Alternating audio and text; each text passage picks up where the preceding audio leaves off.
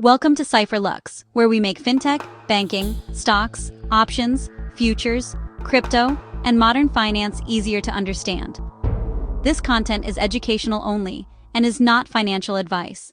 In our last video, we learned why stock prices move. Today, let's talk about how traders create plans around those movements. A trading strategy is not a random guess. It is a written plan for how a trader decides when to enter, when to exit, and how much risk to take. A strategy turns a market idea into specific rules. Without rules, a trade can become emotional. With rules, the trader at least has a process to follow. A simple strategy usually has 4 parts. First, the entry rule says what must happen before a trade starts. Second, the exit rule says when to leave the trade.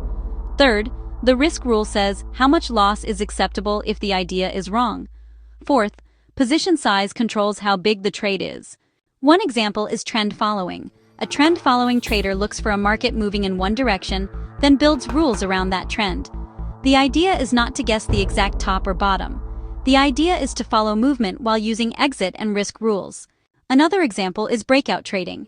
A trader watches for price to move above an important level, often called resistance. But a breakout plan still needs rules, because not every breakout keeps going.